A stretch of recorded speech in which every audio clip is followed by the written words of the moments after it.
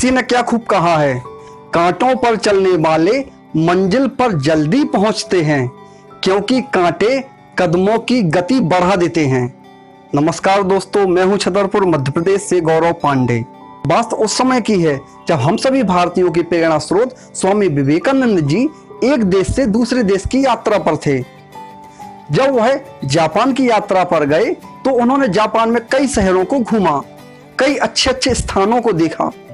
एक बार वह ट्रेन में एक स्थान से दूसरे स्थान जा रहे थे। ट्रेन में यात्रा के दौरान उनको लगता है अब फलाहार करना चाहिए, और जैसे ही अगला स्टेशन आता है और ट्रेन रुकती है तो वह स्टेशन पर उतरते हैं और फल ढूंढते हैं। ऐसा वह कई स्टेशनों पर उतरते हैं लेकिन उनको फल नहीं मिलते हैं। स्वामी जी को थोड़ी निराशा होती है। वह आकर अपनी सीट पर बैठ जाते हैं और अनायास कह उठते हैं, कैसा देश है कि जहां पर फल ही नहीं मिल रहे हैं। उनकी यह बात पास में बैठा एक युवक सुन लेता है। स्वामी जी की यह बात पास में बैठे युवक को बहुत बुरी लगती है। उस युवक को पता होता है कि फल कहाँ मिलते हैं। जैसे ही अगला स्टेशन आता है वह युवक ट्रेन से उतरता है और बहुत सारे फल लेकर के स्वामी जी के पास आता है और स्वामी जी से बड़े आग्रह के साथ उनको फल भेंट करता है। स्वामी जी फल देख करके उस युवक से बोलते हैं कि इन फलों की मुझे क्या कीमत देनी है। वह युवक कुछ नहीं बोलता है। स्वामी जी दोबारा बोलते हैं, बेझिझक तुम मुझको इन फलों के पैसे बताओ, क्योंकि ये फल तुम बिना पैसे देकर तो लाए नहीं हो।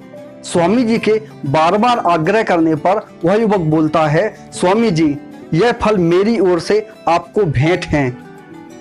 इन फलों की केवल एक ही कीमत है, जब भी आप अपने देश को जाएं तो आप यह ना कहें कि जापान में फल नहीं मिलते हैं। उस युवक की इस प्रकार की बातें सुनकर स्वामी जी उसके दीवाने हो जाते हैं और उसकी देशभक्ति की प्रशंसा करते हैं। दोस्तों, यह छोटी सी कहानी हम सबको बतलाती है, देश की प्रतिष्ठा की रक्षा किसी भी प्रकार से करना देशभक्ति है। अगर आप इसी प्रकार से हमसे जुड़े रहना चाहते हैं, इसी प्रकार से वीडियो का लुत्फ उठाते रहना चाहते हैं, तो आप मेरे इस YouTube चैनल बुंदेली गौरव छत्रसाल पर जुड़े रहिए। अगर आपने इस चैनल के सब्सक्राइब बटन पर क्लिक नहीं किया है तो सब्सक्राइब बटन पर क्लिक करना ना भूलें। इसी आशा के साथ आप सभी को सादर वंदे मातरम।